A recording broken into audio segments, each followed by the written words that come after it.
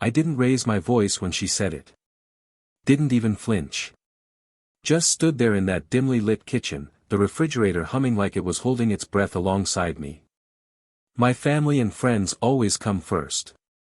You're second.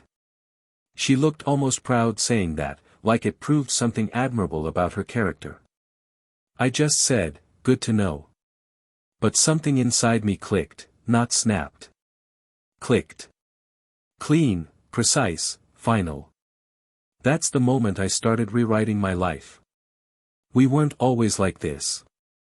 I met her back when I still believed love meant partnership. She had gentle eyes, a weary laugh, and this habit of touching my arm like she was making sure I was real. I mistook that for tenderness. Now I understand it was possession. In the beginning, she depended on me for everything. Rides, rent, reassurance. I thought I was being supportive. She called me her rock.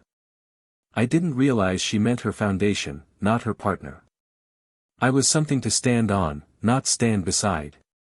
But I held on, loved her harder, believed that loyalty, given enough time, could transform selfishness into gratitude. It didn't. The truth didn't hit all at once. It leaked out. Her phone lighting up at 2 a.m. with urgent messages from family. Plans cancelled because mom needs me. Money borrowed, that was just this once. My time, my energy, my stability, all spent like pocket change. But the betrayal wasn't the demands. It was the expectation, the entitlement. The way she acted like I owed her everything simply because her family always came first. One night, she forgot to lock her phone. I wasn't snooping. I was just picking it up off the couch.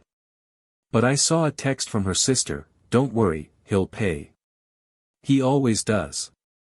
And her response, "He better. He's basically part of the support system now." Support system. Not husband, not partner, just a wallet with a pulse. That was the moment the heartbreak moved aside, making room for something colder. I didn't confront her. I didn't cry. I didn't rage. I planned. Revenge isn't loud. It whispers. It waits. I quietly separated our finances. New bank account, new credit card, paycheck redirected. Every subscription, every bill, every automatic payment moved out of my name. I studied divorce laws like I was cramming for finals. Screenshots of every message that proved financial exploitation. Recorded conversations when she assumed I wasn't paying attention. Then I withdrew something more valuable than money, access. Stopped paying for her family emergencies. Stopped bailing out her brother. Stopped being the hero in a story where I was treated like an extra. I made plans she wasn't included in. I built a future she wouldn't inherit, and I stayed quiet. Silent execution always hits hardest. The emergency came on a Tuesday. Her father needed surgery. Her family had no money. Her voice shook as she explained it, as though the fear alone obligated me. "You'll pay, right?" she asked, already scrolling through her phone to show me the hospital bill. "I won't," I said. She froze. Not because she didn't hear me, but because she'd never imagined a world where I didn't comply. But I wasn't finished. I opened a folder on the table, documents, bank statements, screenshots, her own words, neatly organized enough to prove financial manipulation and protect me in any courtroom.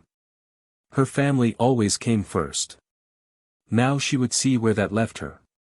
"I'm filing for divorce," I said, calm, steady, like I'd rehearsed it 100 times, because I had. You can't just leave me when I need you," she whispered. I looked her in the eyes. "No. You left us long before this." She reached for the folder with trembling hands. Saw the bank transfers she'd never noticed were gone. Saw her words to her sister printed in black ink. It hit her slowly, painfully, that the lifeline she'd taken for granted was already severed. She tried bargaining, then accusing, then crying. Each tactic slid off me like water off polished stone. You blindsided me, she said. No, I replied. You told me exactly where I ranked. I simply put myself where I should have been all along.